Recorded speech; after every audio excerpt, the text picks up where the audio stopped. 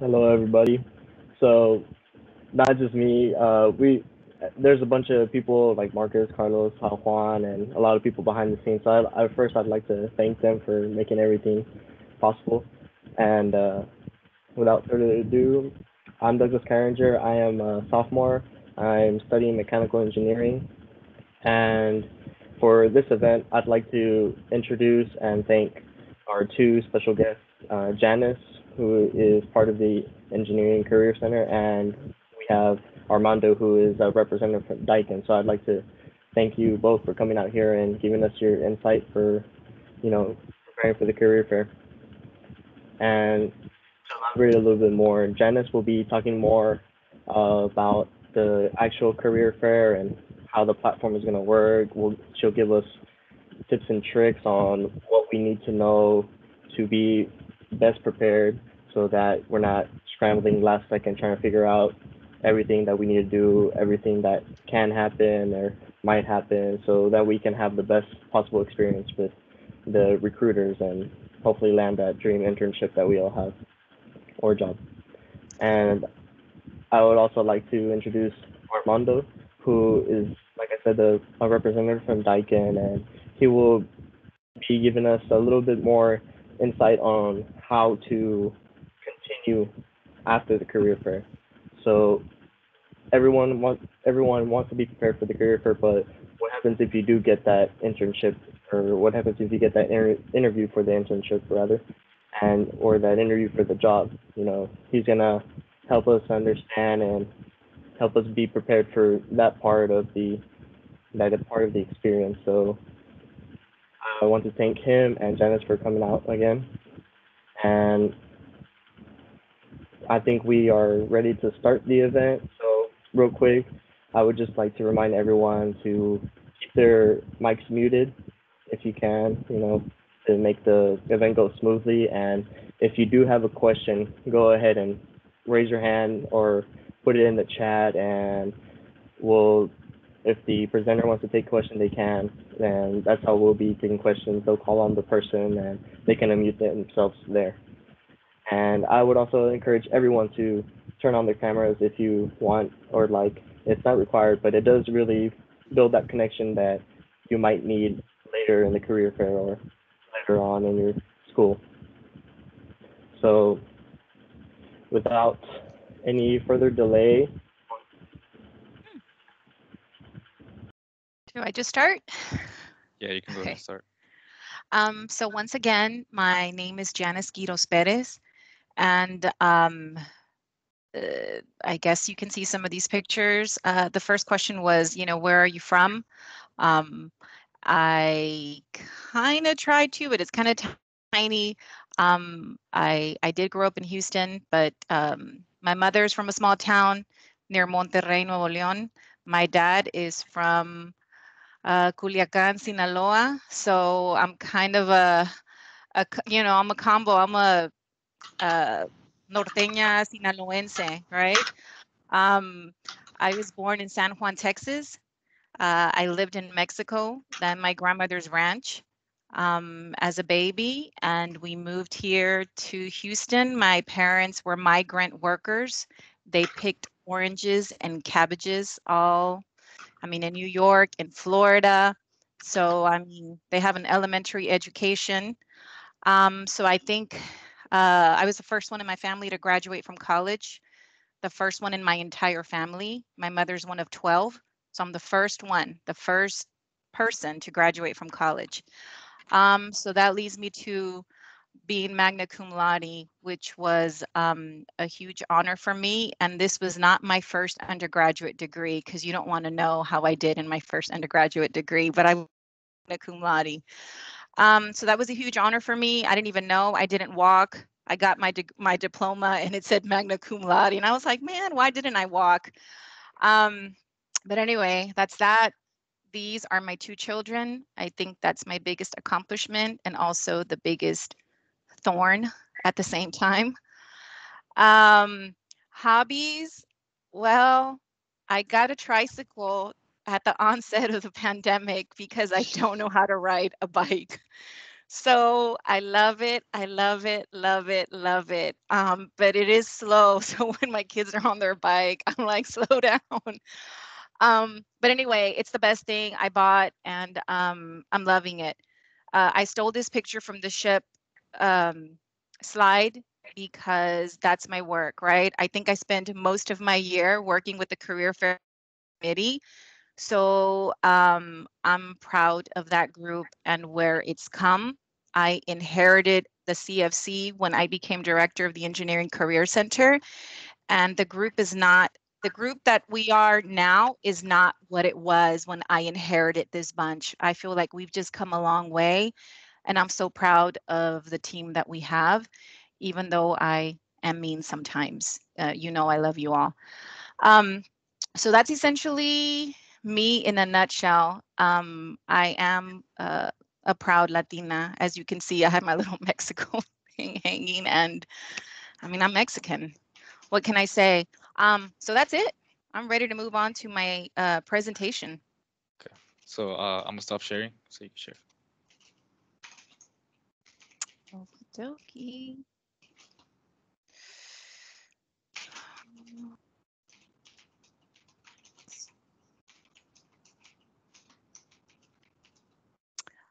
Okay, can you all see my screen? Yes. Yes. Okay, Yes. good. Yes. Because okay, so prepare for Yes. the career fair. Um, you all know the event is happening next week, September 10th, 10 a.m. to 3 p.m. in eConnection. I just checked right before this presentation started, or this event. We only have 169 students registered, which is not good. We need more. For those that don't know, we are a very small team. It is 4 of us, and Dr. Norman, who oversees the First Gen Ambassador, she oversees Resume Cafe, and she also manages the cooperative education program for the university. There's Antonio, the program coordinator, who works with me for the career fair, and then we have Shanice, who does our social media, and she also assists with the co-op and just everything else. But we are a very small office, but we do big office things, in my opinion. So why we're here, how to prepare for the virtual fair. And as I mentioned, it's going to be an e-connection. So what should you do before the fair? As I mentioned, only 169 students have registered for this event. You could do it now. You have to register in order to attend. And we will be a little busy during the event. So if you try to register during the event, I can't guarantee you that we're going to, if we have to do anything on our end, we may not be able to help you. So please register ahead of time so that you don't miss out on any opportunities. Just like you would in an in-person career fair, please research the participating companies.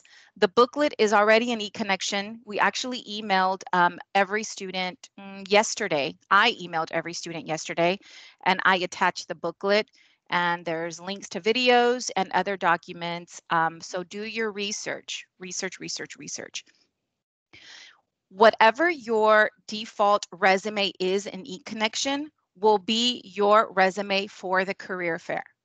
So if your default resume doesn't look that great right now, make changes to it. Don't wait until the last minute, okay? We've been testing this platform out with some of the career fair committee students, and that's what we discovered. It is your default resume. Um, uh, it's not something that if you don't have one, then please do upload it. But whatever your default resume, that's going to be your resume for the career fair. So if your default resume is tailored for a particular company, you may want to go into the system and change that, because why would you want to use a resume that's for BP when you're applying to, you're at the Chevron Phillips booth. So be mindful of your summary and anything else that you might have created for a particular company. This career fair is going to be video. Okay, it's not a text chatting career fair as many of these conferences and other organizations are hosting career fairs. There's text chatting, and if the company attaches a link to a video, then it can become a video. Well, with our platform, there is no text chatting option. So if a company rep includes their like Teams link, right? I mean, there's always the option to not have your camera on, but I guarantee you that 9 out of 10, they're probably going to have their camera on, whether it's Zoom or Teams or what have you. But it is going to be a video chatting career fair. So what you wear is going to matter. This is not an informal event, okay? How should you prepare in terms of the, the community, how you're going to present yourself to the company? Well, just as you would for an in-person. I mean, you stand in a long line for an in-person and then it's your turn. Well, what are you going to tell the company? It's the same thing as you being in a virtual line. When it's your turn and they invite you to that chat, what are you going to say? I mean, the same thing you would have said if you were in person, right? How are you going to introduce yourself? I would encourage you to all practice a mock interview. I mean, we have several modules within eConnection that are video. I mean, it's a video mock interview. You can do it for yourself if you just want that. You can at least see how you look on camera. It's going to be very, very important. Check your technology, your Wi-Fi, your background.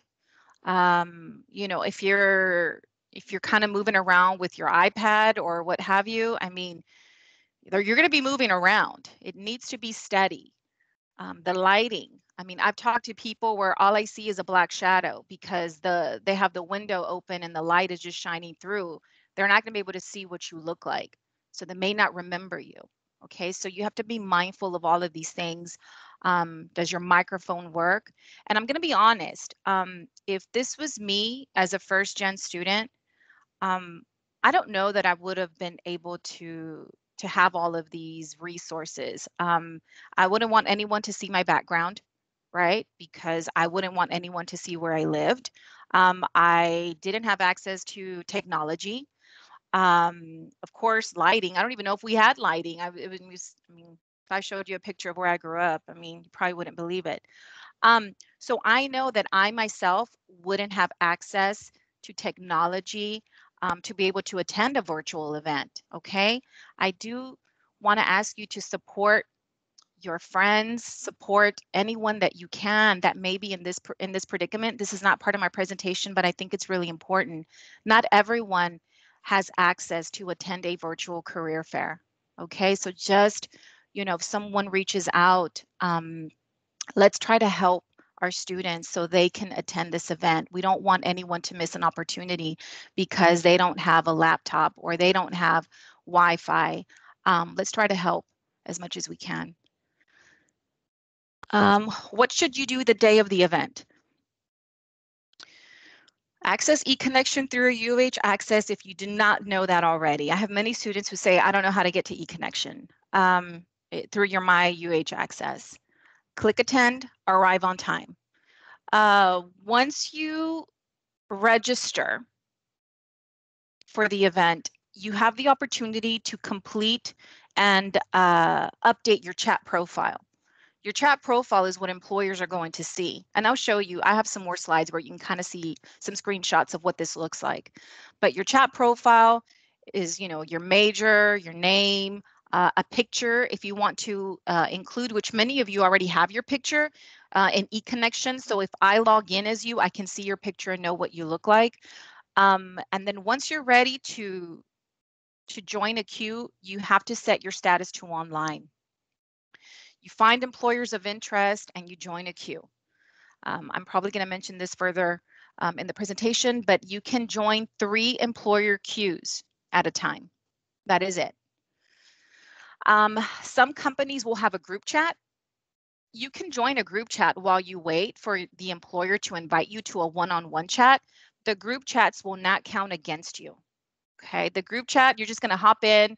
There might be a conversation already happening with other students and an employer rep, but the group chats will not count against you.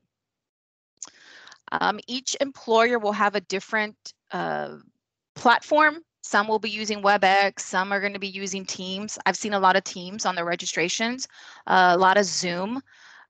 So I don't expect you to have to download all of this. Just click the link and just follow and join from there, because if you try to download all these different apps, you're just going to waste some of that time. So again, dress professional. It's going to be video chats. So the career fair and e-connection, this is what it is going to look like somewhat, okay? You know, you'll be able to see the employer when you log in the landing page. There will be like a help box. We will be there to help the Career Center along with the Career Fair Committee. So you'll be able to reach us virtually if you need, you know, if you have questions or something is not working. We'll try to answer that question as much as we can. If we don't know the answer, we're going to try to find it for you, because there will be a hotline that Simplicity, which is our e-connection, will have available to us throughout the event. This is just an image of your chat profile. Your resume will be there, information about you, your major, your expected graduation date, and so forth. And if you look at the second picture, there is sort of just the overview of the event. You can edit your profile at any time. If you go in there right now and you list something and you want to make a change, you can go in there at any time and update your chat profile. The event is starting at 10 o'clock. You'll be prompted. Just hit refresh. Refresh seems to be common throughout this event, okay? If you have any upcoming chats, you can see that. And, you know, the employer will send you a ready to chat. They'll send you the link. You click on it and hopefully start the chat immediately, I hope. For the employers, you'll be able to see information on them, how many reps they have available, an estimated wait time. I don't want you to think that that wait time is 100% accurate. An employer can have 1 to 15 minutes to chat with the student. They make that decision for themselves, but I can tell you that some will go over their time. So if you're next and you're supposed to, you know, 1 minute waiting time, that you could be waiting for more than a minute if they are still conversing with that student. There's nothing that just cuts them off immediately.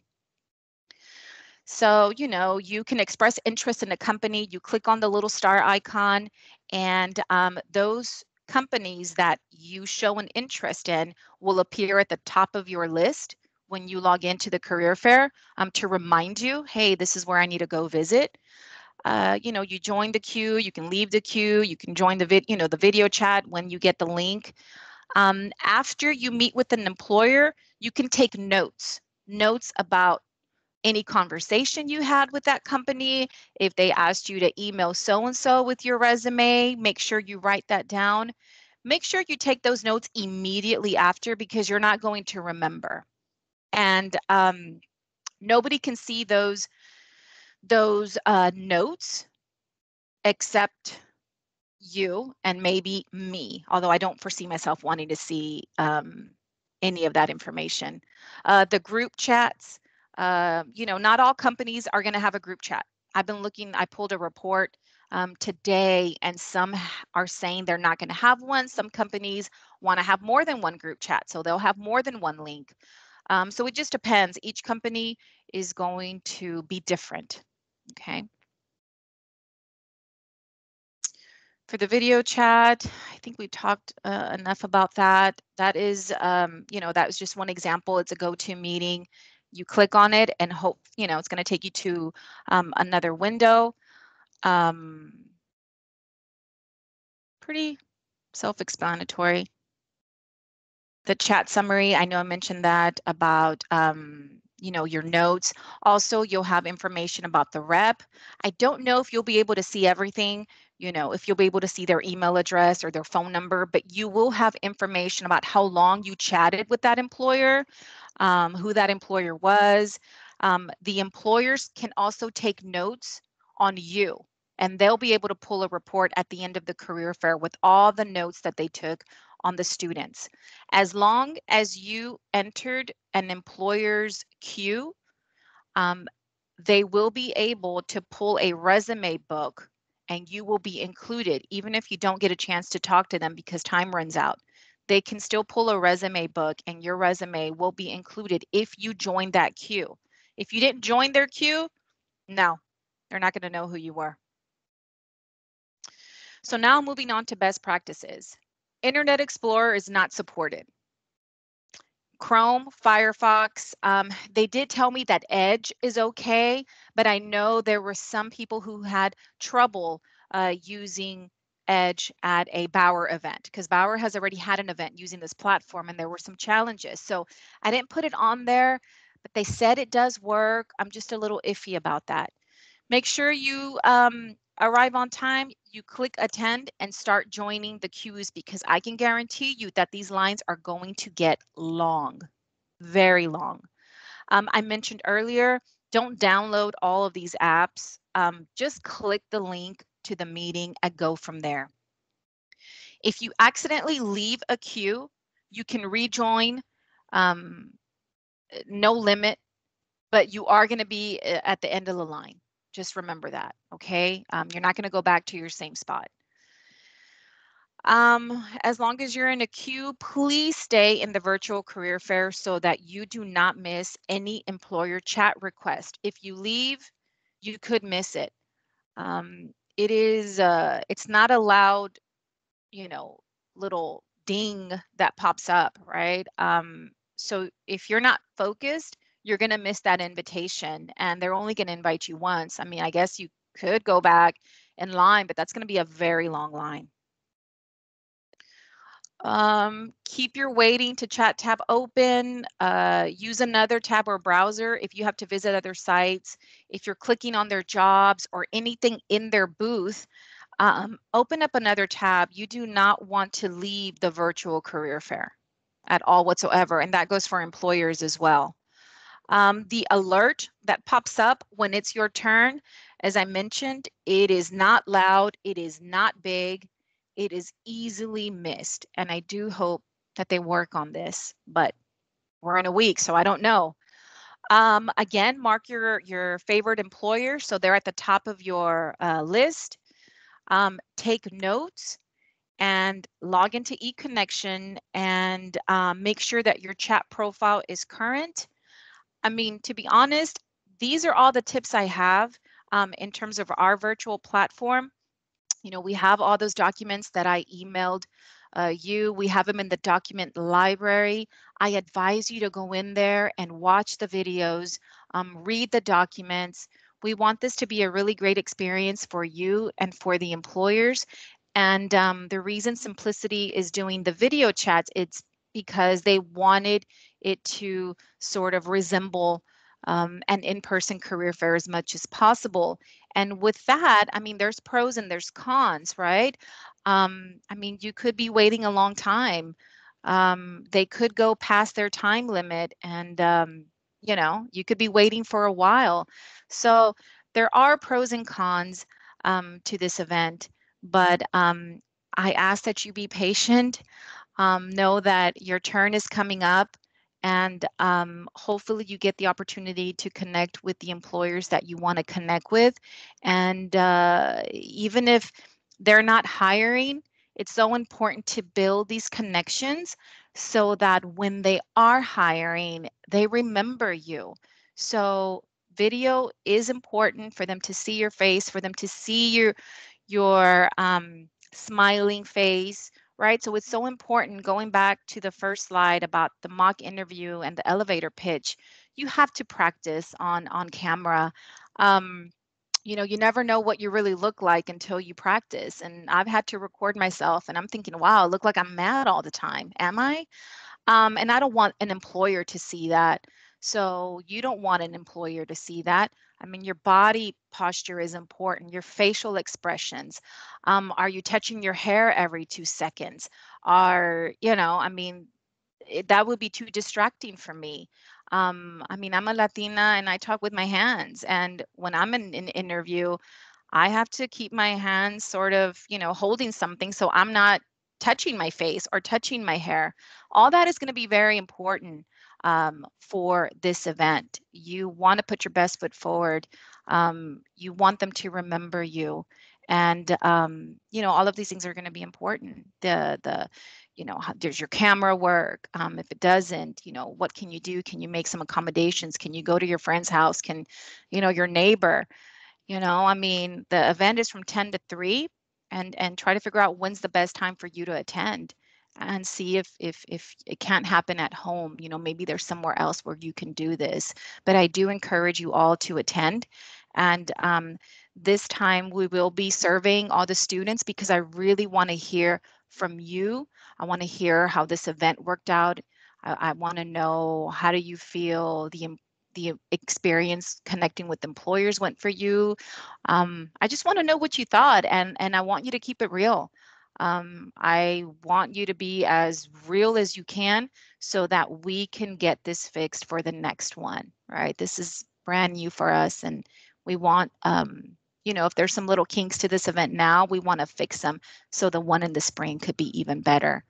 And that's all I have to say. I just want to thank you for inviting me, and I hope that that this was informative. And I am going to stick around if you have questions. So, thank you. Thank you, Janice. So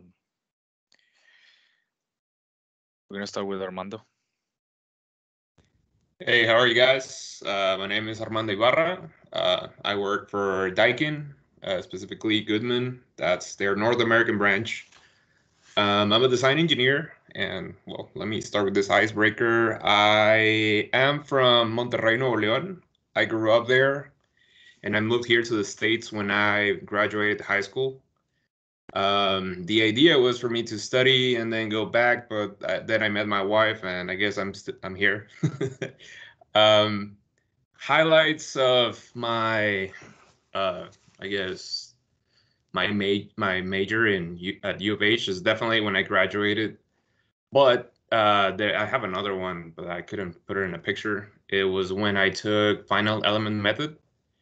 This is when everything came together when it came to engineering. PDE, EMath, solid mechanics, heat transfer, everything. It was awesome. So I got to thank Dr. Rao for that. As far as hobbies go, lately I've been enjoying modifying my car. So that's a little bit of, I put a picture there of an intake that I installed, which is really, really fun work. I'm actually surprised I didn't start earlier, given that I'm a mechanical engineer. So, and then for things that I'm passionate about, other than engineering, I'm weirdly passionate about history. So you'll find me on the weekends going into rabbit holes on Wikipedia about so-and-so, right? And then going to sleep too late because everything that I read there is kind of interesting to me, right? Wild card, I do have a sled dog that is too active for his own, good sake. So in the winter, I take him out with my bike, and I discovered this thing called bike journeying. So I've been training him to lead me and follow simple commands like faster, stop, left and right. And he's really good at it, actually. He runs up to 8 miles sometimes if he feels like it. So it's pretty awesome. And the last one in the bottom center, that's my team, DAIKIN Goodman. I am a design engineer in the sustaining department. Sustaining is also known as product department. So basically, we ensure that production is fulfilling our design requirements. And if something goes wrong, we're there to try to fix the situation as soon as we can. Like if we have a valve that is not meant to go into that bill of material. Bill of material is what makes a unit, right? Each individual component. We have to be there and immediately come up with a solution in order to not stop production. So on top of that, I also lead projects, which can be from changing a single screw to changing an entire heat exchanger. designed to accommodate for, I don't know, we want to make it more, we want to make it cheaper, we want to make it more efficient, all of these things, right? So I really enjoy what I do. It's an awesome thing that being able to manage all of these projects, coordinating all of these people to meet a goal, right, that was set a couple of months before. I think it's a really cool thing. So, well, yeah, that's pretty much summary of who I am. And I'm gonna give you a couple of tips to follow after your career fair that have worked for me. And well, the first one is to follow up. When you approach a company, right, and then you feel like you have chemistry, you feel like your experience or your skills match what these companies are looking for, I think it's always good to follow up with the person who talked to you, and you can do it in a really polite way without being over pushy. That's just send an email. It's like, hey. Good morning, so and so. I was wondering, I just wanted to follow up with you, saying that it was a great, pleasure to talk to you this morning, and I'm really excited about the prospect of whatever position you have. This is my email, and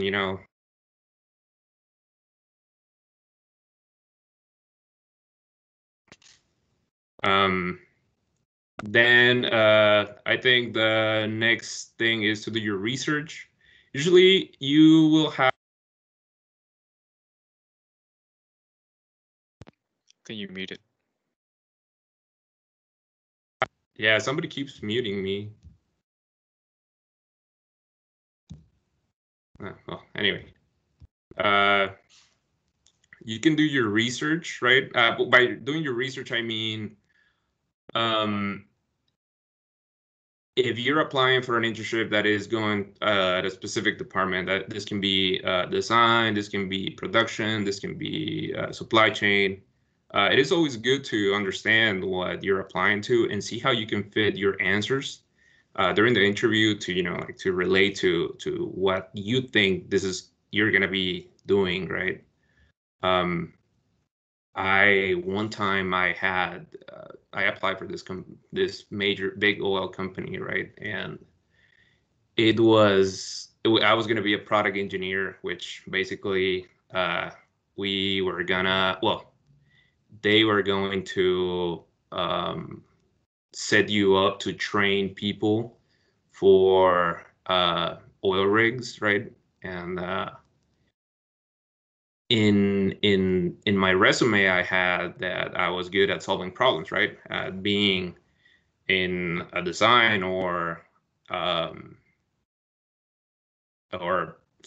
conflict solving, right? And I had that, right, as problem solving as a skill. And then during the interview, they were asking me about a particular issue that I had to solve, right?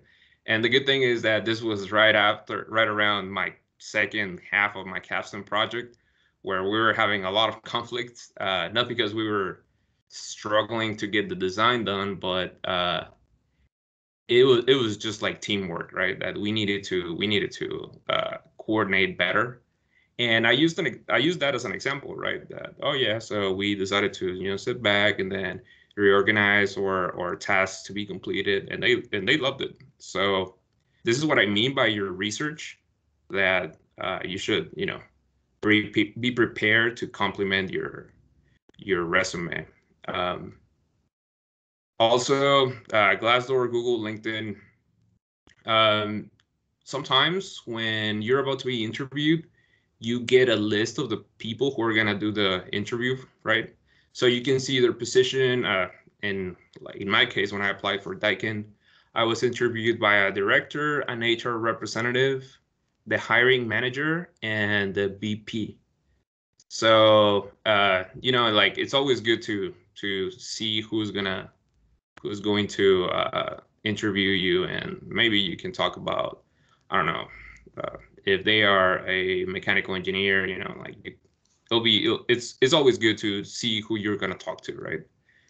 And also the questions, right? If you see, Glassdoor is a really good tool that you can use to understand or have an insight of the culture of the company, and you can use those to ask for your questions. And as I said before, supplementing your resume. What I mean by this is that if you put something in your resume, right, you need to remember exactly what it is. If you're gonna put a project that you did, I don't know, 4 years ago, right, and you don't know, you're not keen on the details, it is always good to review them and be ready to talk about them. In my case, I had a very technical. Well, it was a very technical interview at a company that I had, where I applied.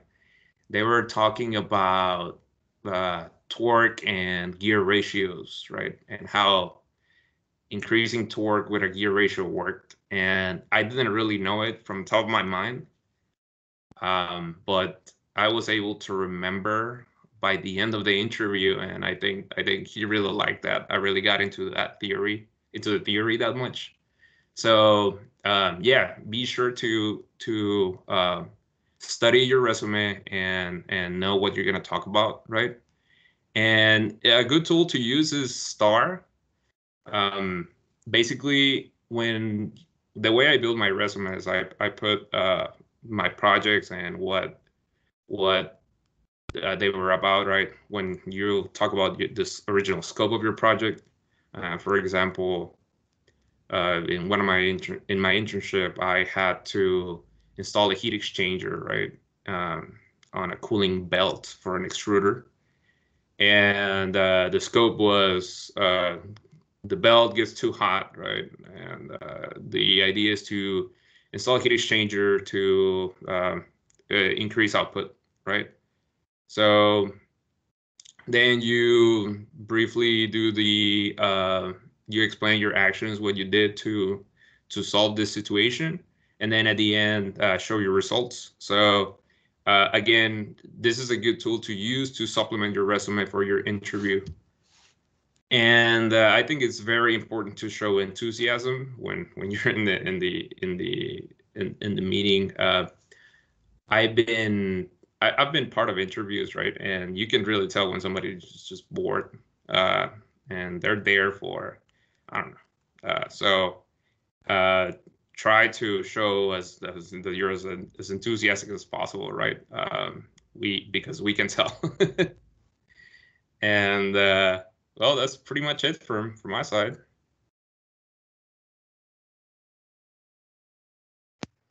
Cool. All right. I guess we're gonna start with the Q&A. If y'all both have input on it, y'all could go ahead and jump in and give your input on the question. I know D, you have your question up, your hand up. Yeah, I was just gonna ask where the slides would be posted at for both of y'all's presentations, just so I can go back and overlook them later on if I need to. I can tell you that the slides that I showed are in eConnection in the document library. It's like prepare for the virtual fair. You can go in there and look at them right now if you wanted to, but all of the slides are in there. Okay, thank you. Mm-hmm. We're also gonna be sharing a document that Douglas is preparing for y'all. We're gonna be sharing that on the Slack. I don't know. Are you in the Slack? No. Okay. Just send us your email, and we're gonna go ahead and add you, and you can look at the document. Okay, thank you, Juan. Kat. Okay, can you hear me? Hello? Yes. Yes. Okay, cool. This question is for Armando. I know you talked a little bit about some of the technical interviews that you had. My question was more regarding if you ever had a situation, or if not, if you could get some kind of advice.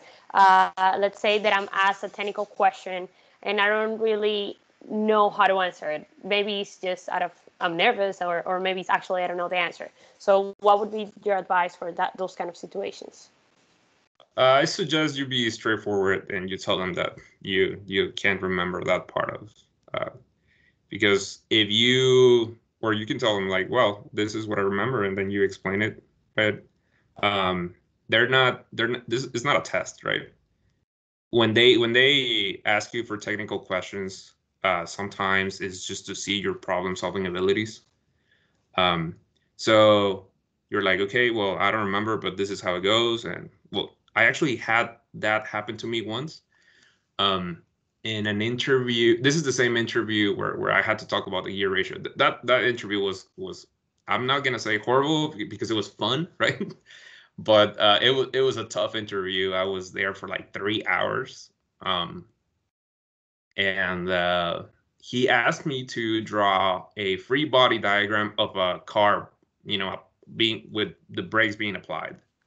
So I really did not prepare for that, and I just drew the free body diagram, and I drew all the forces that I thought were being applied to, right, on the front brakes. Oh yeah, because the question was, why do you think the front brakes are larger than the brakes in the rear? And I was really taken aback by that, right? Because I'm not a car designer, right? And I just know statics and dynamics, right? But to a certain point, it's not like I just studied for my final or anything, right? And what happened was that he really enjoyed when I was drawing it and like trying to think. And at the end, I didn't get it because I didn't know, but he and I, like, he understood that I tried my best. And again, this is not a test, right? They're just testing how you approach a problem and if you can solve something like that, right? Cool. Okay, great. Thank you. Yep. I'm gonna call in Ahmad first, and then Douglas.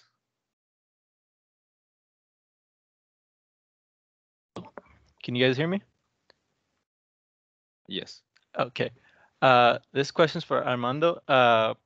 So first of all, I wanted to thank you for coming out here. And I was gonna say it's a really cool GTI you have. If you want to put more mods on it, you should go for like a downpipe and exhaust next. But but other than that, my question was, if you're trying to do research about a company and you don't personally know anyone from that company, but you still want to like know more about it, do you just go on LinkedIn and try finding random people from that company, or what do you think is the best approach to that? Well, if you don't know anybody from that company, right?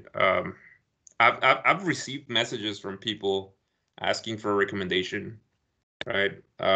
Me personally, I think that's kind of straightforward, right? Like, I'm not gonna recommend someone that I really know. But I think that the HR reps of those companies are usually, very responsive, and they can help you out solving questions like that. So going to the career fair is always a good opportunity to get to know those people and ask and get the content, and they're gonna remember you, right? If like you had a good talk with them, and like you can use that tool to ask your questions for sure. By what I meant by that, the research was sometimes the way that a company is organized, right? It differs from one to another. Like in my case, DAIKIN is a huge company. We have, I think, 2,000 people in the office alone, right? So you can Google that, right? And you can find if that's the kind of environment that you're looking for. But if you're different and you're looking for something smaller, right, and like more direct, more hands-on, that also can be found on Google or LinkedIn or Glassdoor. But again, if you really want to get in contact with someone, use the university resources, right? And attend info sessions and career fairs for sure. All right, thank you. Yep. And stage 1 is next after my single mass clutch. Oh, you're gonna get a new clutch? Yeah. Is it manual? Yeah. 6-speed? Yes. Oh, that's nice. I have a manual too. I was gonna get I was actually gonna get an intake on it, but then I got a speeding ticket, so now I have to like wait on that. I have to pay that off now. Hey man, once you graduate, man, speeding tickets Yeah, are that's not gonna be nothing. that's what I've been saying. I've been saving Oh, up. don't go over the speed limit, guys. By the way, okay. Yeah, it was an accident. I didn't mean to. It was Yeah, for sure. Did you a really? mistake. Allegedly, I wasn't actually speeding. Allegedly, I was speeding. Yeah. All right, cool. Douglas. Hello? Can you hear me fine? Can you hear me? Yep, okay. So my question is for Janice, and it's kind of a three-part. So real quick, are all the video conferencing applications available online? And will we need any login credentials to access them?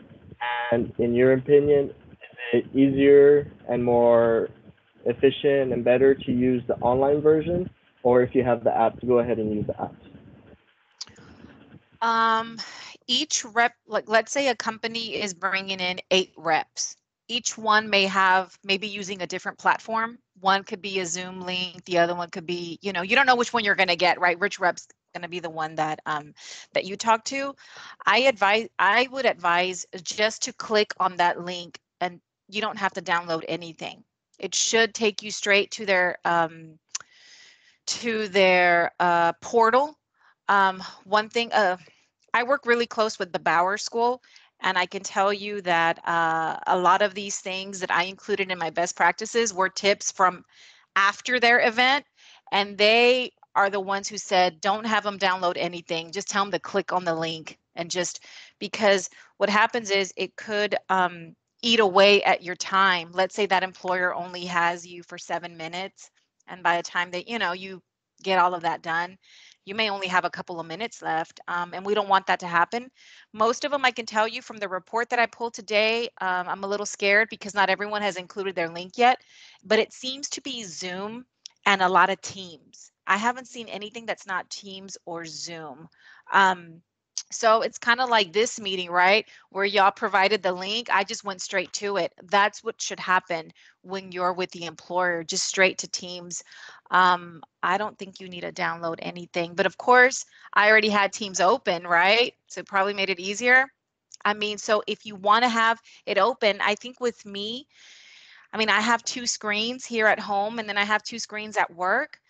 But if you have one screen, I think it's going to be challenging to be on everything, right? You're going to have these pages side by side and it might be small.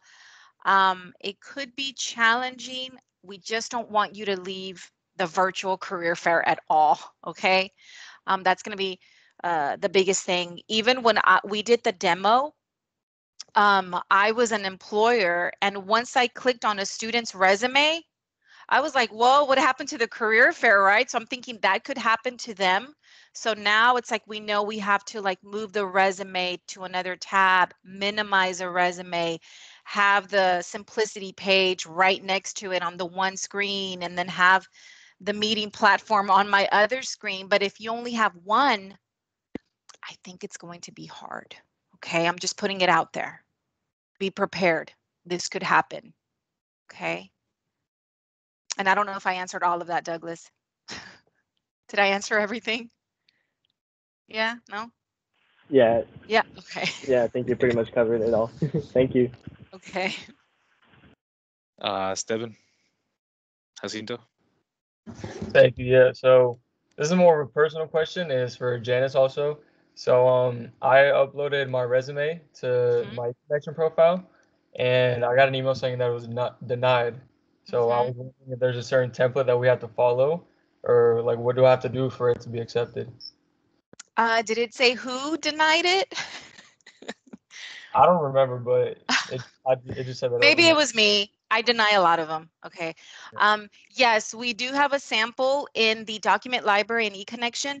I'm not saying that it has to look like that, but your format, needs to somewhat look something like it, although it doesn't have to.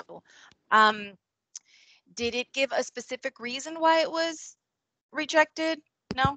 It didn't give a reason. It just told me to look at the template, but I don't know where to find the template. Yes, if you go into eConnection, there's a document library. Just type up resume sample. If you type up resume sample, it's going to pop up. And what we want is for it to look, to be sort of clean, your dates easy to find. Recruiters don't spend more than 10 seconds at your resume. They're kind of just scanning it real quick. You want to have your important stuff at the top. Don't write in first person, I, my, they, we, she, each bullet must start with a strong action verb. And as Armando mentioned earlier, it's the STAR technique, right? Show results in your bullets, just like you would in your interviews. If you're just listing tasks, it just looks like you copy and pasted a job description, right? That's great. That's what the job is. But what did you accomplish? That's what I want to know. So, if your summary doesn't really have, if it doesn't include your skills or what you bring to the table, I see a lot of objectives on resumes that says, I'm looking for a summer internship where I can help the company grow. Are you really going to help the company grow right off the bat, right? And if I'm a company, how are you going to help my company grow? I don't know what skills you have. I don't know how you can add value. So a lot of times we ask students, talk about what you bring to the table. If you have experience in XYZ and that's part of the job description, include that in your summary. If you're a student leader and you're actually active in your organization, tell me what you're doing in the student org. I see a lot of memberships, but anybody can pay their dues to join an organization. I mean, what are the dues for SHPE? Can someone tell me? I'm just curious. How much does it cost for membership? $15 a year or $10 per semester. Exactly. So anybody can pay 15, 20 bucks, right? And then that's it.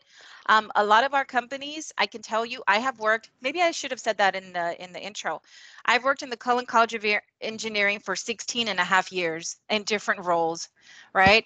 I know a lot of these people that recruit, and I can tell you, a lot of them that are alumni and that were in these orgs, they will call you out. I mean, if they see that you put that you're in Promise, they're going to want to know, so what'd you do in Promise? You can't back it up. You're not a student leader. They have told that to me. They pop into my office all the time. I won't mention who they are, but they're like, leadership is really important to me. I don't care. I call students who just pay dues and just go to meetings and that's it. I call them seat warmers. You're just going there, you're sitting down, you're listening to a presentation, and then you, right? That doesn't mean anything. It's what are you doing as a student leader? You don't have to be a board, like an officer in the board to be a leader.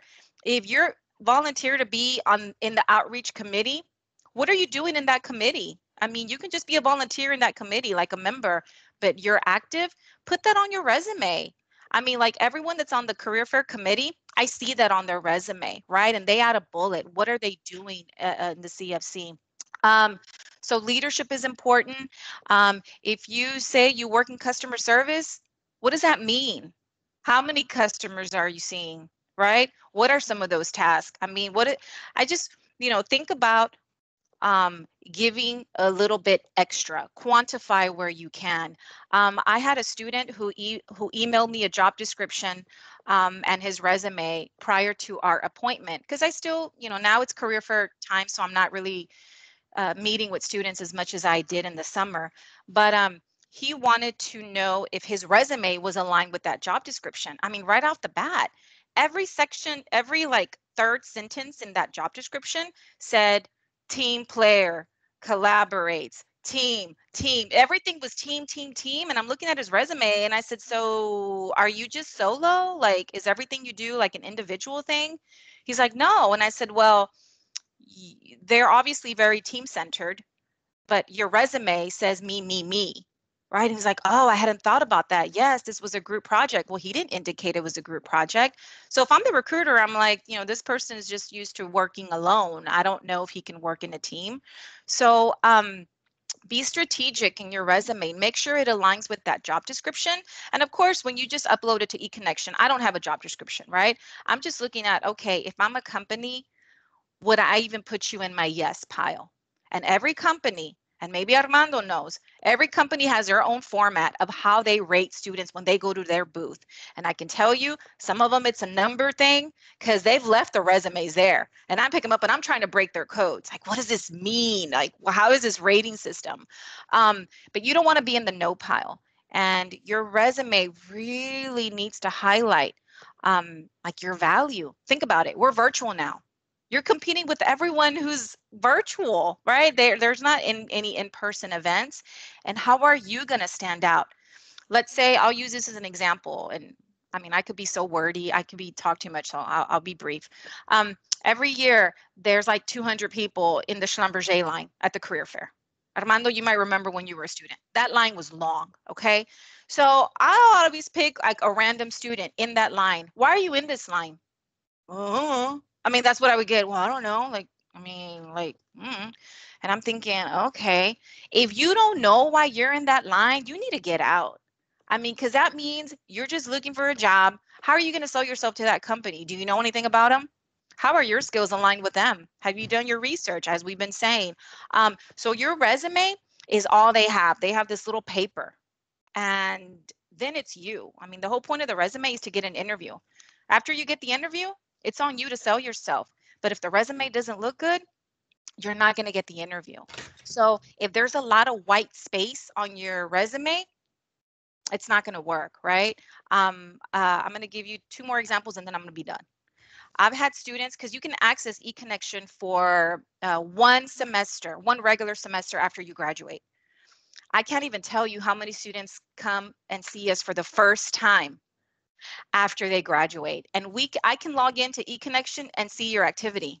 I can go in there, see how many times you went to the career fair, how many times you went to a workshop, how many times you applied to a job. I can see all of that information. Most of those students have 0 activity. If as a 23 or 24-year-old engineering grad, your resume looks like something my 10-year-old could have written, it's not good, right? So these are new graduates that never had their resume reviewed, nothing. And they're wanting to know why they can't find a job. And I'm looking at the resume and I'm like, it's your resume, right? And so I have to sometimes meet with them 3 or 4 times and help them build their resume. And I'm like, so what does this project mean? What did you do? And then they're like, oh, this is where and I'm like, why isn't that on your resume? Right? And so it just takes me to like pry information out of them for them to build a resume. And let me tell you, every student that I've helped post-graduation has gotten a job interview. I'm not saying that I'm good, but I want to say probably a month after I review that resume and help them, they have job interviews because they never took the time. And I do take credit for it. I have to say I do. And most of them will get a job, but you shouldn't wait until your last semester or the semester after you graduate. So yes, I do reject a lot of resumes on eConnection, but it's because I want you to be successful. We do have 3 resume workshops this week. 2 of them are hosted by one of our chemical engineering alumni. His name is Ali Kashi. And then we have another workshop hosted by a Halliburton HR person, one of the 2 that are left. She's actually hosting a resume workshop, and they're both on Teams. I mean, if you can attend one of them, great. They're going to be providing a lot of tips on how you can, create a strategic resume. So sorry, 10-minute long answer for that. But yes, we do have that sample, and let me know if you can't find it. Sorry for being so lengthy. Thank you, Janice. Joseph? Hello, thank you so much for coming out here today to give us advice. I have a quick question for Janice. So I heard you mention that you can like queue up, like get in queue for up to like 3 employers. So what do you do in the situation that, like for instance, 2 employers want to video chat with you at the same time? Because I recently like went to a text-based career fair where literally just like 2 employers would invite me to chat at the same time, and obviously like I couldn't do that at the same time. So I mean, like it would be pretty awkward because I would have to like decline one of the employers. So what would you do in that situation? I think what happens is if you get invited to 2, and they both happen to request you at the same time, for the other company that you didn't get in, it's going to show you as busy. But then once you become unbusy, you're back in that queue. I don't think you lose your spot. Okay. It's just going to show you as busy instead of online. So it should be okay, because I did ask our representative that same question, because somebody had brought it up and I was like, oh, that's a really great question. So you should be okay. You'll just appear busy. They'll move on to the next student. You're still in their queue. You didn't exit, you know, you just got picked up by another company, and then it will show you available. Awesome. Thank you so much. Yeah, that's what I was told. Okay. If it doesn't work, y'all tell me in the survey. For sure. Thank you so much. Crystal.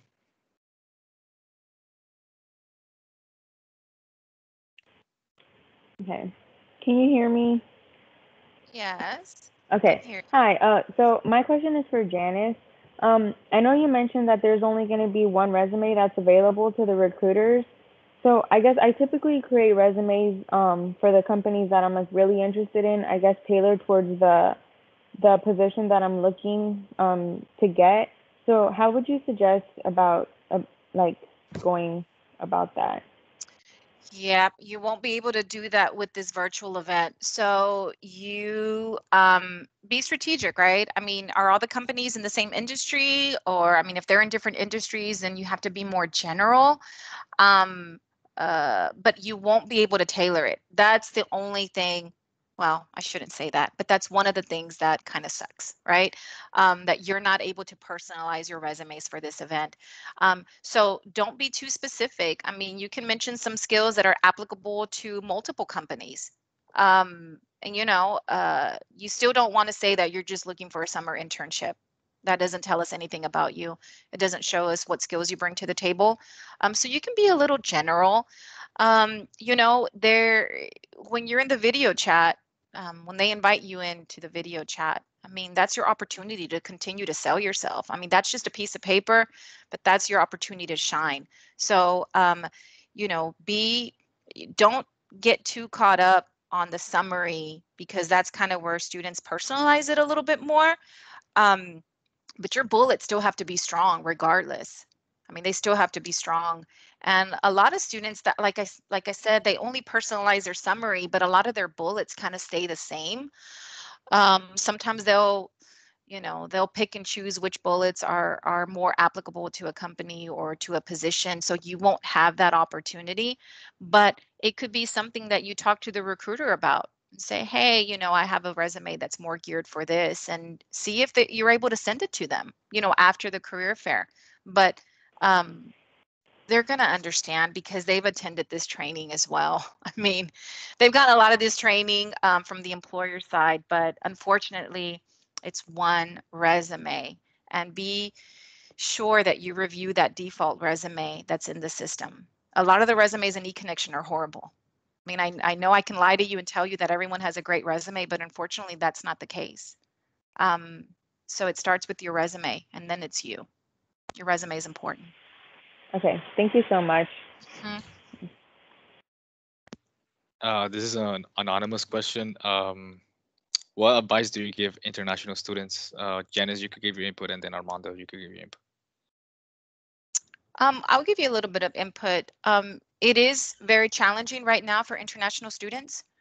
I know it's always challenging, even before a pandemic. I mean, it was a challenge. There are still opportunities for international students, and some of our international students are getting offers. They do get internships and they get full-time offers.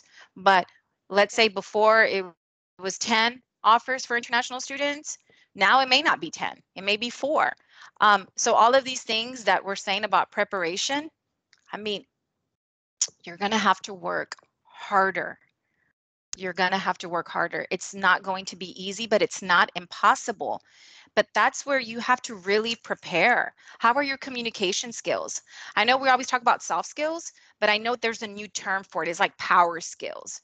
What are you doing to build up your communication? How's your eye contact? And we're not even talking about accents here, okay? Because I didn't even realize I had an accent sometimes. So we're not talking about, you know, how you speak. It's just how, you know, are you, hi, my name is Janice Quiroz Perez, and I'm blah, blah, blah, blah, blah. Like, how comfortable are you just striking up a conversation with a stranger? I'm very comfortable. but I wasn't comfortable when I was your age, right? So it's, you know, what is your comfort level? How you know, your elevator pitch, how's your posture? Do you speak too fast? I do mock interviews with students and they're always like, and I'm thinking, wait, hold up. I've already, you know, tuned you out. So as an international student and as a regular student, you are going to have to build these communication skills, and they do make exceptions sometimes. You know, a lot of times companies will say, well, I don't want to give an international student an opportunity because I can't permanently hire them. So why do I want to go through all of that? And they tell me this. I don't like it, but they tell me this, right? So it's, you know, what can you do to stand out? Because there have been times where international students have come to my office and they will tell me, hey, I went to the NSBE conference and a company offered me an internship, and they've never offered an international student an internship, but they're making an exception for me, right? That happens. But let me tell you, I did five mock interviews with that student. I mean, I worked with him. Like I helped him. It wasn't something that just came naturally. So you just have to work harder. The opportunities are there. There are some online resources for jobs from companies that traditionally have hired F1 students in the past. I'm more than happy to share those links with SHPE, and then they can, you know, send it to students. But there are some online resources that you can be looking for jobs. Don't just rely on us, right? Sorry, Armando, I talk too much. You're next. Well, I think you covered it all. So advice, go with Janice and she'll help. Oh my God. Next time you're going first, so I don't take it, you know, I don't want to hog all the answers. No, I mean, it was very well put. I think that everything that Janice said is seriously, I think that even though when I graduated, my resume wasn't really like a standout resume. I only had one internship, and my GPA was nothing to write home about. My people skills is what put me over the edge, and I did get a couple of offers. And after the first phone screen and info session and everything, I guess I did leave a good impression on people, and that's why they reached out, right? So for sure, work on your people skills, and you know that for sure is going to help. Thank you, guys. Agmar. All right, so I had a question about leadership experience. So do companies look for leadership experience within like organizations within UH, or is it okay if we put organizations that aren't a part of UH? Because like I don't work, but I volunteer at the food bank, and I work with like a team of volunteers to make sure that food is distributed every week. So is that something I can put on my resume to make me stand out? Yes, absolutely. Volunteer work. It could be at your church. You're feeding the homeless on the weekends. You're promoting STEM to elementary school kids. That's all fantastic. SWE does a really good job. They're always like promoting STEM and elementary schools, and I see that on their resumes. I mean, SHPE's always doing things. I mean, so I see all that leadership. It doesn't have to be a student org. Sometimes it's a university organization as well, right? Sometimes it doesn't have to be specific to engineering, but they want to see that you're developing these skills, because then it's like, wow, they're doing this there. Imagine what they could do at our organization, right? Imagine what they could do with us. So it doesn't matter where you do it, as long as you do it. So yes, please put that on your resume. And one thing that I didn't touch on, but let's say that you have some hobby that makes you stand out. A lot of times people stay away from hobbies because sometimes it's a bunch of lame stuff. I'm gonna be honest. I'm like, oh, okay, right? Or something like really like that you did 10 years ago. I mean, is that really adding value to your resume now? I see a lot of outdated things, and I'm like, okay, but you haven't done anything since 2016, right? So it's like, I would look at that a little weird. But I had a student who put on his resume that he was a ping pong champion for like some league. I was like, man, that's really cool, right? And you know, if you're in the marching band at U of H and you're also an engineering student, trust me, that sets you apart, because it's like, wait, you had to go to all those games? Well, when they had them, right? You had to go to all those games and you still have a 3.7 in chemical engineering? I mean, that stands out. If you don't have any engineering experience, like an internship, but you worked at the Olive Garden as a waiter, oh, companies love students who work in restaurants. So don't discount any work experience and think that it's not going to matter. I had a student, one of the first ones, I joined the Career Center in, I guess it's going on 5 years. Oh my God. This was a student who had almost nothing on his resume. So the first thing I asked him was, okay, so you've never worked in your entire life. I just want to be sure that and he's like, no, I was a valet at the Four Seasons. Really? I said, because we have events at the Four Seasons all the time, and there's always problems there. Everybody waiting on their car, the valet drop.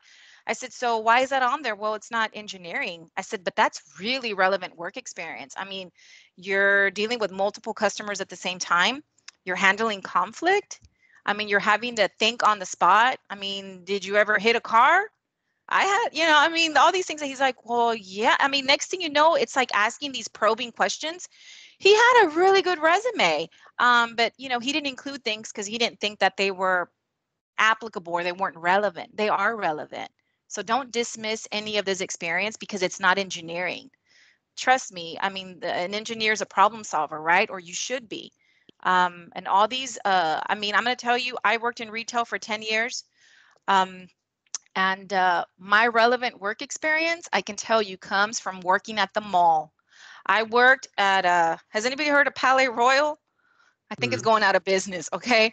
Stage stores. I worked there. I did my internship there because my first major was consumer science and merchandising because I wanted to be a fashion buyer. My second degree was in communications, in public relations, and then I got my MBA recently. But I worked at a low-end store, then I worked at a medium store, and then I went high. I worked at Neiman's, and let me tell you, customer service is the same no matter where you work. So my relevant skills, my customer service, and I'm very big on customer service, that comes from me working at the mall. And that is a transferable skill, which you're getting from the food bank, which you're getting from the Olive Garden, Jack in the Box, working as a valet. I mean, if you're mopping and cleaning, they're going to look at that. I mean, you are working, you're a grunt worker. Those are all transferable skills. I'm sorry. I'm very passionate about this stuff. So I could go on and on. Sorry. So yes, food bank. Yes. Cool. Thank you, Janice. This is an anonymous question. How do you stand out in a virtual environment? A lot of companies are going to have like very limited space for students. Before they had 10, now they have 2. How are you going to stand out virtually? Armando, that's you. Well, that's a good question. Well, to be honest, I haven't had any virtual interviews. But what I can tell you is that if you demonstrate that you are really interested in the company and you can explain what you can bring to that position, to that internship, I'm sure that we will. Well, when I've heard people talk about they're interested at where I work at, you can really tell immediately, and those people always stand out for me. And you just put a check mark on the resume and it's like, hey, yeah, this guy, I like him. So that's the advice that I can give you. Show your interests for the company and talk about and sell yourself, right? I'm just going to agree with everything Armando said. What can you say or what can you do to stand out? One of my favorite first students I ever worked with when I joined the Career Center, he, like Armando said, his GPA was not that great, and he'd only had one internship. This student was a mechanical engineering student. He was doing the FSAE, did not have the best GPA, but let me tell you, man, did he rock those people skills. I mean, I looked at him and I said, man, I want to be like you when I grow up. He could just walk up to any rando and just sell himself. And I looked at him and I said, this guy's going to make it. I know his GPA sucks. I know it's below a 3. I know it's not even a 2.9. It wasn't a 2.8. but he killed it. At the career fair, I was watching him in awe, and I'm like, man, he's awesome. He would just go up to, he's like, hey, do you know anything about that company? I said, I think they hire a major. Should I talk to them? Sure. And he would just go, hi, my name is Brian, and blah, blah, blah, blah, blah. And I'm watching him, and it's like, whoa, this guy got interviews, and he got a job offer. He didn't have it on the day of graduation. Came in maybe 2 or 3 weeks after. But I mean, he had like a 2.7. But his people skills were the best I've ever seen, way better than any 4.0 that I've ever met. And I do meet some, and they're different. They're different.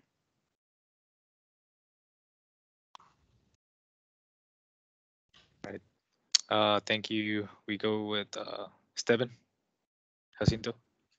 Yeah, so I just wanted to ask when the list of the companies going to a career fair is going to be set, because I've It's already seen. there. Yeah, I know, but I'm saying like when they're going to stop adding companies or delete or taking them away, because I saw it was at 35 like 3 or 4 days ago, and then it went up to like 55, and then it's at 50. No. See, we attached the booklet. The booklet has all the companies that are in there. We have 81. Okay, so we have 81 companies in there. What you're looking at is who's confirmed and who's not confirmed. All that means is who's paid, who hasn't paid. Okay, so look at the companies that are in the booklet. That's who's coming to the career fair. Don't look at who's confirmed or not confirmed. And it's not going to change because we're not allowing anyone else in. Lubrizol's squeezed in today just because they did, but nobody else should be. We're not removing anyone unless they cancel, right? We would have been a little bit higher, but we did have 4 companies that canceled due to hiring needs, whatever that means. Hiring needs changed. All right, thank you. Carla. Hey, Janice, did you say we can register already for the career? Yeah. Yes, what sucks, okay, I know I say that word a lot, but it says attend. Yeah. It's really register. So you click attend, and that means you're registering, and then you can go in there and do your chat profile. We've already had like 100 and something students do it, but I would have expected more by now, to be honest. Okay, because I go on it and it just says status offline. I'm guessing it's because the career fair is not going on yet. Because the career fair is not happening. Yeah. Yeah, so I just put save and it automatically registers it. Okay. Did you click attend to start the process? You just clicked attend? Yeah, and then it pops up and it's his chat profile, and then yeah. Okay. You're good. Cool. You're good. Okay. Thank you. Go ahead, Douglas. This question is for Armando, and if Janice wants to jump in, she can. But after you get an interview, let's say, they schedule it, or simply you just want to follow up, how long after the career fair would you say is a good follow-up time? You know, is it better to do it right away after a couple hours, or wait a couple days? Or what's your opinion on that? I'll say a couple of days, maybe a day, 2 days. The amount of resumes that we receive is sometimes crazy, and you have to consider that we don't only go to one university, right? So the same day, I think it's like we haven't really done anything after we're done with the career fair. So yeah, just give it a couple of days, and I say reach out. Is that just for the thank you? Like you're just thanking them? Or is that? So this is more like if you really had a good conversation and they gave you the information and you want to follow up to see if they were interested or anything like that, if you can continue the conversation. Yeah, I'm with Armando. Give it a few days. I mean, like most of the companies that recruit, at least with us, right? We're one of 10 universities they recruit from. Another company, we're one of 15. So they're going to all of that. Different days, of course, but I wouldn't wait too long, because then you don't want them to forget about you. But if they ask you to follow up, don't wait too long, but definitely don't do it that day. Or the next day. It might be like information overload for them. Yeah. I interviewed somebody for a position, and I think they were at the elevator when they were already sending me a thank you. I'm like, I don't even know if this is way too soon. I mean, you just left the interview and you're thanking me, and you need to process what you learned in the interview before you thank me. Like, that really turned me off. I'm sorry. I mean, she wasn't that great of a candidate anyway, but the fact that she just was still in the hallway and she's already thanking me, I was like, no way. Like, creeper. Sorry. But yeah, wait a little bit. Let me process. Let me really make a decision. Did I like you? Did I, I mean, I don't know about Armando, but I make a decision relatively quickly when they walk into the room. I'm already looking. I'm looking at how they're dressed. I'm kind of basing my decision on that. I'm like, not crazy about what they're wearing. I hope they prove me wrong. My first question always is, can you tell me something about yourself? As lame as that is, but that question sets the tone for me. If you took 30 minutes to answer that, I didn't ask for an autobiography, right? I'm already like, I've already tuned you out. So I have my little pet peeves, but I usually make my decision relatively quickly on someone, how they shook my hand, did they smile, do they seem interested, and just remember, and I know this is not about, the question that you asked, Douglas, but when you're in an interview and you think that you can just be real with them, right? Because sometimes it's like you're in an interview and then it's like somebody's interviewing you and then somebody else is going to interview you next, right? Like the next person. And sometimes there's like 5 minutes between the first person who interviewed you and the second one. In that 5 minutes, they're not your homies. Like, don't think that, oh, now we're making chit chat, right? They're not judging you. Oh yeah, you're being judged. So in those 5 minutes, there was somebody, I already didn't like him anyway, but in those 5 minutes, I was making small talk. I was like, hey, so how was your drive? It seems harmless, right? And she said, oh yeah, the commute, and like, are you able to work from home, and all these questions. And I'm like, well, where do you live? I'm thinking she's living in the Woodlands or Spring. Like, is she in Conroe? Oh no, it was in the Heights. Wait, we're at U of H. You're in the Heights and you're complaining about the commute? I was like, oh no. I was like, this is a no. But this is all not part of the interview. It's in that little 3 to 5 minutes, right? I mean, I already might make my decision no. So when I have to make a recommendation, it's like, yeah, you don't want this person at all. So just keep that in mind. I could go on and on and on, but yeah. Thank you so much. Great answers.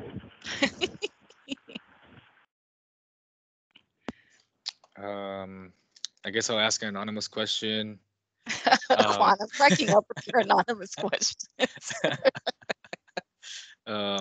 Any tips on how to approach a recruiter through a virtual environment? Example, if through video, what to say, do, if call, same, etc. I'm gonna give the floor to Armando because he wants to answer that question. Okay. Could you repeat it? I zoned out a little bit. I'm sorry. You're good. You're gonna answer that question, Armando? Any tips on how to approach a recruiter through a virtual environment? Example, if through video, what to say, do, if call, etc. Well, they usually, in my experience, they usually approach like it starts as like, hey, so tell me about yourself, right? You can start it yourself like, hey, so whatever, right? My name is this and that, and but obviously you gotta show enthusiasm. It is easier if you're really excited to work for that company. Believe me, I did it a couple of times for a company because I was just have time, so I might as well go there, right? And I haven't done my research, so I was struggling a little bit. But yeah, if you really like the company and you just go and it's like, oh wow, so you have a mechanical engineering position, and what kind of projects do you guys do? Or in like, what are the expectations for an intern and things like that. So it's always good to be curious, I think, for the position that you're interested in. So I think take that approach right after you introduce yourself, right? No, that's really good. And like you said, they usually start it off, right? Like, hey, I'm, so, and then then you go into that and you gotta sound excited. I mean, if it sounds like you'd rather be somewhere else, they're gonna make note of that. Yeah. I mean, they're reading you. Like in the video, they're gonna be looking at your expressions, and it's like, oh, it seems like they're doing this same spiel with every other company, right? They can kind of read you. heard recruiters say, hey, I was in your shoes, you can't BS me, right? I mean, they say that a lot. So really, really sell yourself in your intro, right? My name is Janice Perez. I'm a mechanical engineering junior. Blah, blah, blah, blah, blah. And I see that you have open positions in XYZ. And I've also, show that you've done some research. If you're just like, hey, so what are you hiring for? I mean, that's an automatic no for me. I mean, if you don't know why you stood in this long line, I mean, I don't even want to bother. Next. I mean, I'm sorry, but one more thing that I wanted to add is that we've been in those shoes, right? Like we've been on the other side asking for more information about a company. So it is, if you get a little bit nervous, of course we expect that. But try to correct that as soon as possible. You want to make a lasting impression for sure. It's like find your comfort zone, and usually that comes from the stuff that you know, right? So that's why I encourage to do research before you go to talk to a company that you're really interested in. If you just go there to find information, I mean, it doesn't hurt, right? But if you really want to get a position offered, or if you really want them to follow up with you, for sure, do your research and show enthusiasm for the position that you're applying to. And you guys are all doing, I shouldn't say you guys, you all are doing a great job by having your cameras on. I mean, this is really great practice. I mean, this is what it's going to look like. I mean, you're in it, right? I mean, I'm looking at everyone's lighting. Is it working for you? What about your virtual background? Just don't move around because you get those weird little, your face cuts off in weird spots. But, now's your time to practice because this is what they're going to see. I mean, my walls are red, so I guess that's cool because my husband and I are both Cougars. But, check out your background. I have a red wall at work too. Y'all know that.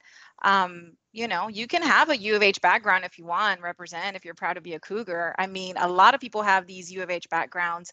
Carla's got SHPE. I mean, that automatically would let an employer know, oh, she's in a student org, right? Like I'm already, connecting just from the background. So look at that as well. But your facial expressions, your tone, you still have a week to practice. And we have the networking social on Thursday. That's another time to practice. It's going to be in Zoom. Practice, practice, practice. And don't be shy to have your camera on. Don't think, oh, my hair, it's my COVID hair, or, oh, I mean, the career fair committee has already seen me at my worst with my root canal and just dragging. I still have my camera on. It's fine. But you don't want to be forgettable. You want to be remembered. And, I'm looking at Jocelyn. I mean, Jocelyn lives close to me, so I ran into her at Kroger. I'm like, what are you doing here? But she's always smiling. Look at her like that. I mean, every time you see Jocelyn, she's like that. I don't even know what she looks like mad. That's how she looks on camera all the time. So I'm just saying, right? Now you can still practice. And one thing that I can say about SHPE is you guys are one of the best organizations in engineering. Represent your organization. I mean, you guys are amazing. A lot of you get amazing opportunities, and a lot of the SHPE leadership is a reason why. That's the whole point of being an organization, and to develop these skills. Really take advantage of it. Don't just be a seat warmer. Take advantage of what this organization can do for you. What an amazing network it is, even after you graduate. I was around when SHPE first became a thing in the Cohen College of Engineering. They were bringing back this organization. I was like, what? I've never even heard of it. Who are they? What? And let me tell you, a lot of those students that were in SHPE, I mean, when oil is a bust, they lose jobs. I was in alumni relations, so I talk to alumni all the time on LinkedIn because I don't do social media. But you know how they found jobs? Through the SHPE network. They had connected at the conferences when they were students. They had already graduated years before. They lost their job. They found it from the regional chapter, from the national chapter. This is your time to really build and develop your network. These are your friends. When a student graduates and they come see me because they can't find a job and they're working at CVS, true story, So the student, well, the alum, right, will come to my office and I'm like, so what have you been doing for the last 2 months? I literally had one tell me, I've been running marathons. I was like, well, that's fantastic. What are you doing about your job search? Oh, well, I've been applying. To who? Like, who's your network? Oh, I don't really talk to anyone. Were you in a capstone senior design project? Yeah. Do you talk to the other 3 people in your team? Not really. Are you part of any organizations? I mean, nothing. So guess what? They're not going to find anything, right? You really need to use this time to really grow and build your resume. Sometimes students get opportunities from no work experience, okay? It's their leadership. It's the skills that they have built. Their projects are amazing. They've sold themselves. So anyway, I could go on and on and on, but really, smile, okay? Okay, we got time for 2 more questions. Danny, go ahead. So my question can go either to Armando or Janice. When it comes to like the networking event that will be soon, and also the career fair, and it can apply to the interview at the end of the interview. How or what is a proper way of getting someone's contact information and trying not to make it like awkwardly? I mean, I'm sure there's like ways where you're trying to end a conversation and politely ask for their contact information. So that's something that I'm myself trying to like learn, and I'm sure there are other people who would benefit from that. I think that's an Armando question. As an employer, how do you feel when a student's asking you for your contact information? Well, usually, I think that's given if we do share the information of the HR rep. But for personal, I'm not sure if I will recommend that, especially because when you go to a career fair, right? You're not always talking to the HR rep. You're talking to just regular engineers like me, right? And we are not really, other than recommendations, we do not have a way in hiring, right? That's pretty much the HR rep. So I think they always share that. They always share the information, the HR rep information.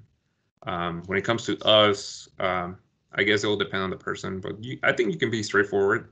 It's like, hey, I wouldn't mind if you could, it's like, I would like to keep a contact, or if in case that I have any more questions, would you mind, and it will be up to the person to do it. As Janice said, that you're not friends with this person, right? So it's really going to be up to the person who you're talking to if they want to share that with you or not. But I would recommend to add to, because I think what he's saying is spot on. A lot of times they don't want to share this information, but I would try to get their name and I would look them up on LinkedIn, and I would personalize a LinkedIn request, not just be, the generic one, I like to join your network. When I was in alumni and donor relations, that means in fundraising, I had to ask people for money for engineering. And I use LinkedIn. That was my best friend. So what I would do is I would tailor my invitation. I would say who I am. My name is Janice. I'm working with the Cullen College of Engineering. I would love to know what you've been up to since you graduated in '82 with a civil engineering degree. Starbucks, right? I would personalize my message. I'm going to tell you 9 out of 10, I never got a no. I mean, they wanted to meet because nobody's going to give you money. Hey, can you give me $10,000 for the Promise program? Yeah, no, I don't know you, right? So my whole thing was building relationships, right? Let me get them with the Starbucks. Let me find out what their experience was like. They could have had a crappy experience. Oh my God, I met so many alumni who are like, oh my God, is Professor so-and-so, is Dr. Bannerow still there? Or some, is Dr. so-and-so still there? But anyway, I would personalize my LinkedIn request. Love connecting with you at the Cullen College of Engineering Career Fair. Love to learn more about your role. If you're just asking to learn, or you have questions, or if you're asking for a job, they're not going to connect with you. But if you just generally want to connect because, you know, you love to learn more about what they did or what was your career path. You know, I'm interested in being a process engineer.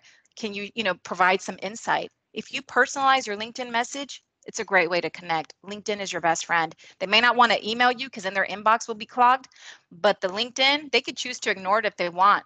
But I'm telling you, if you go in there with asking, you know, to connect as a student, nobody wants to like not help a student. Yeah, Everybody wants to help a student. That's true. Definitely. LinkedIn is the way. Yeah, get their names for sure. Get their name, look them up. Said That's that, what I do. I look at people I want to connect with, like, what was his name? Oh my God, he was amazing. And I'll send in my LinkedIn request. Sometimes they connect, sometimes they don't. I always say they're lost. That's my attitude. They're lost. I'm awesome. Well, thank you. Yeah, definitely. That's like the feedback that I needed for that question. So thank you very much. Sure. Go ahead, Bruno. Hi guys, just want to start off by saying thank you, Janice. Thank you, Armando, for the great tips so far. I guess my question is for both of you. So what is an example of an, because, you know, first impressions are always nice. We always talk about the elevator pitch, but I think it's as important to have a good last impression, you know, when you're going to close the call and everything. So my question is, what is an example of an icebreaker question or comment that at the end of the conversation that will help out with your conversation, but at the same time come out as professional, you know, to not leave an awkward moment? Armando? Well, so what I do, did, because I'm not looking for a job right now. I would, as I said, like have a repertoire of questions that you really want to know, like stuff that you want to understand from the company. It can be the culture, it can be you know, like the position that you're interested in, it can be whatever you can think of, right? And if you're satisfied with all the stuff that he has, whoever's the rep is giving you, right? And it is just like, hey, well, this has been great. I've learned, you have answered all my questions, and just be eloquent about it, right? It's like, hey, thank you, and hopefully we'll see you soon. We'll see each other soon, or now I'll be happy to hear back from you in a couple of days, etc. You don't need to you know, like close it as an essay or something like that. I'll say just like, hey, well, that's all I have for you. Thank you so much, and be done with it, right? We're usually when the people that go are very enthusiastic about hearing about you guys. So don't feel that you need to keep the conversation going and going, and like finishing it also works fine for us. You know, and like Armando said, ask questions that you truly want the answer for, because a lot of times students just have filler questions. I don't really think they care about the answer. It's your time to ask questions and to really interview them. You know, a question that I always ask when I would interview for a job is, you know, what qualities are you looking for in the person that you hire for this position? I want to know, do they want somebody who's self-motivated, a self-starter? You know, because if they say that, then I know they're not going to hold my hand. I'm like, oh, I'm going to have to get my stuff together, right? Because that's what they want. They're somebody who can work independently and not be too clingy. So I ask questions that I truly want to know the answer of. And then when you end it, say, you know, it was awesome meeting you. I love learning about the opportunities and, you know, the rotational program that your company is offering. You know, I hope I'm selected for one of your positions, you know, and blah, blah, blah, blah, blah. Like, it's like you're having this fluid conversation. Don't overthink it. I had a student who was doing a mock interview with me. Oh my God, his lip was shaking so much. This was a mock interview. Like, I'm harmless. I know I'm tough. I am, and I'm brutally honest, but I rather be honest with you than mislead you, right? And then you're taking that and then it's not working out. So I mean, he's shaking, and I asked, I forget, it was one of his, you know, the questions that you asked the company.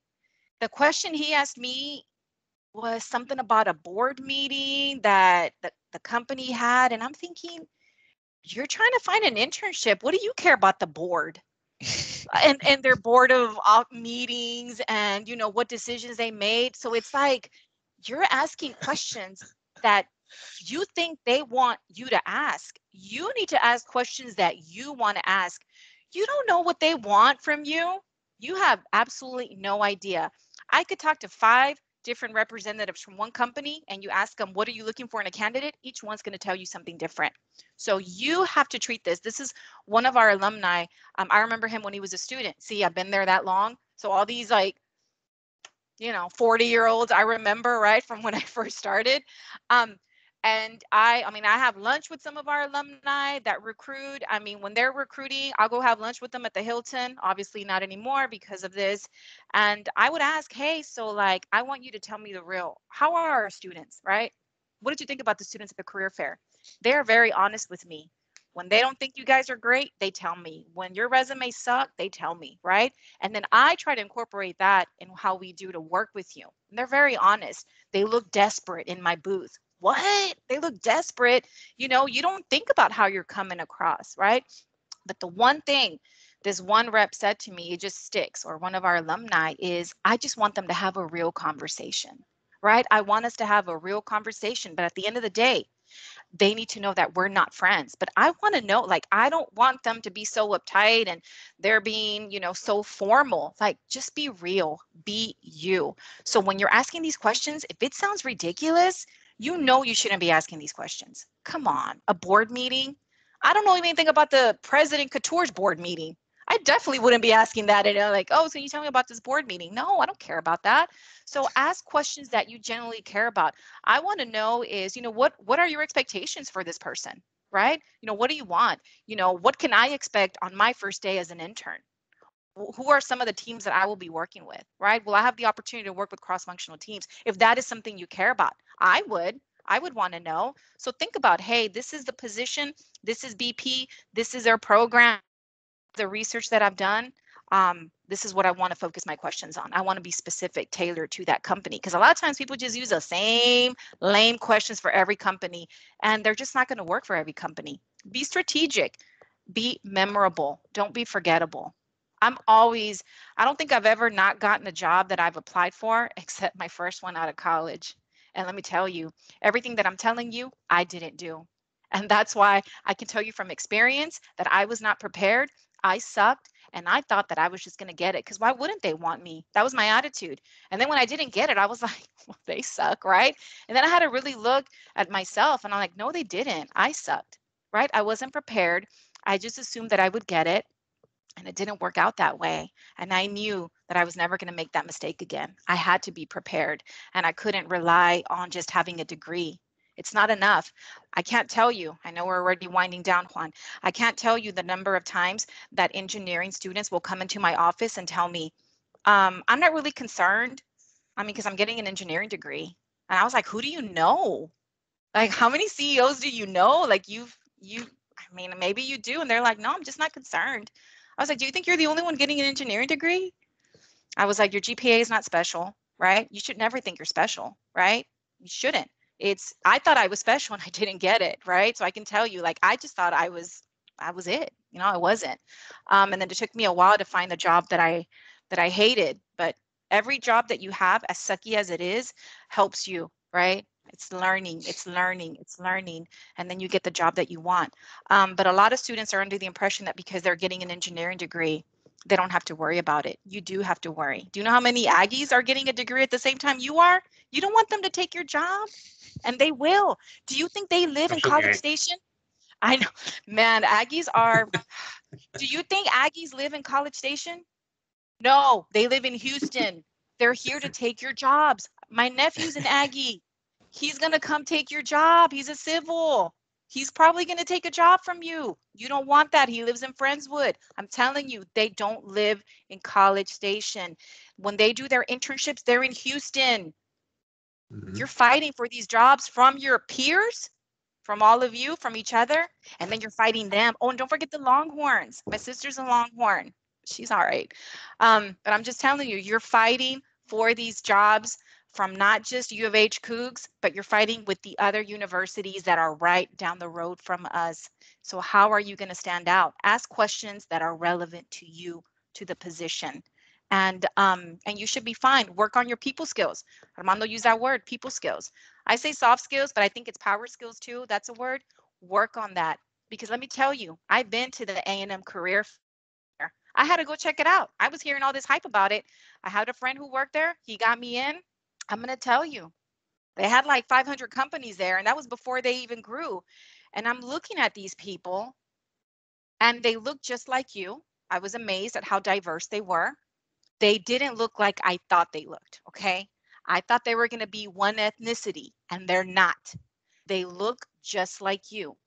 But do I think they were all that? No. They're wearing Converse and rinky-dink looking suits and Vans and shorts. I mean, they were not professional. I'm thinking, we kick people out for not wearing a jacket or a tie. These people were in there with shorts, okay, and they got in, and they were no more special than you. So you don't want those people, I hate to say it, to take a job from you, okay? And they will. I've had some of our civil firms, like the presidents, the owners, because I know a lot of civils, they'll tell me, Janice, what's going on with those civil students? I don't like all the Aggies that are working in my company. What are you doing? I'm like, what am I doing? They're like, we don't want to keep hiring them, but I can't help it. They're the most qualified. And I'm like, really? I was like, So I'm always constantly trying to work with ASCE, right? But that's what's happening. They're taking your jobs. Sorry, Juan. I know we're already running to the end. Thank I you, hope I guys. answered your question. No, you're good. You're good. This was All a right. good event. I know I said it in the chat, but I really enjoyed it. Okay. I just want to put that out there. I know we're winding down, but this was a really No, we great did too. event. Janice, Douglas, everybody was great. Janice, I just want to say I really admire you. That's all. Because I'm so honest, right? I keep it real. I love your energy. Oh Gotta my keep it real. All right. Thank you, Janice. Thank you, Armando. Appreciate everybody that came out tonight. We're gonna go with some quick announcements and then a quick picture. Can y'all see? Mhm. Yeah. So tomorrow we have our first general meeting. It's gonna start at 5:30 to 7:30 p.m. September 3rd, right after that on Thursday, we have our Engineering Career Center Networking Social. That's basically Janice is running that and we're running that. We have 19 companies coming. So Or make sure 20. you 20. Is it 20 or 19? 20 after the 20. NEO signs up Oh tomorrow. yeah.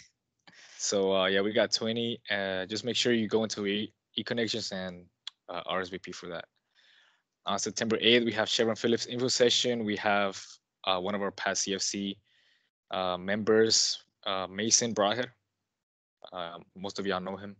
He's coming in and talking about Chevron Phillips. And the same day, we have LJA, which is a civil construction company.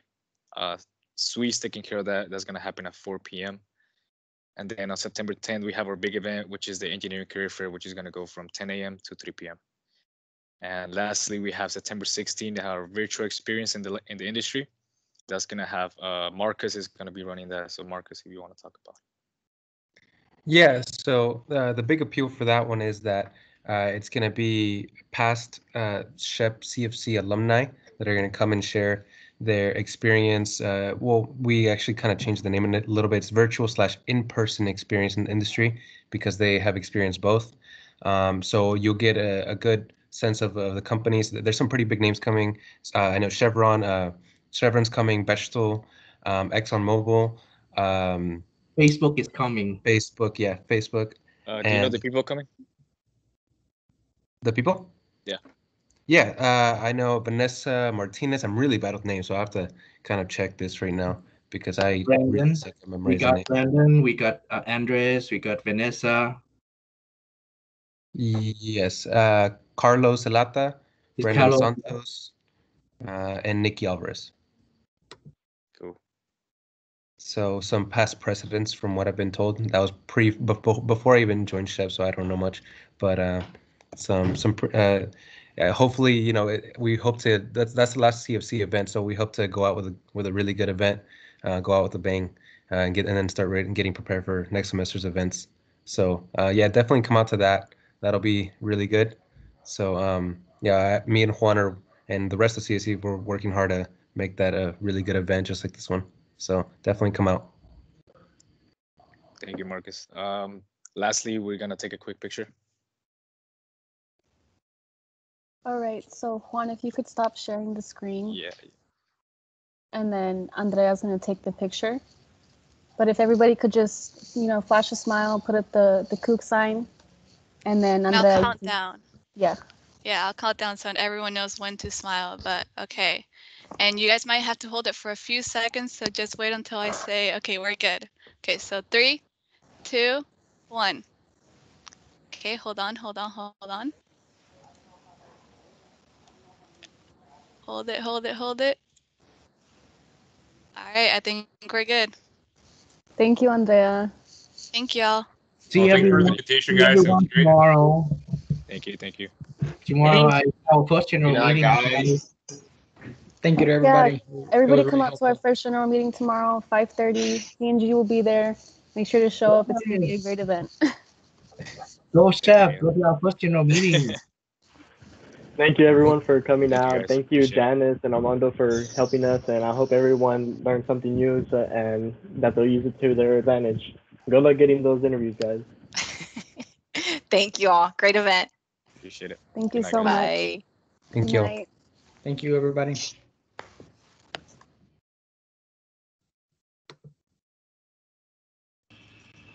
Thank you.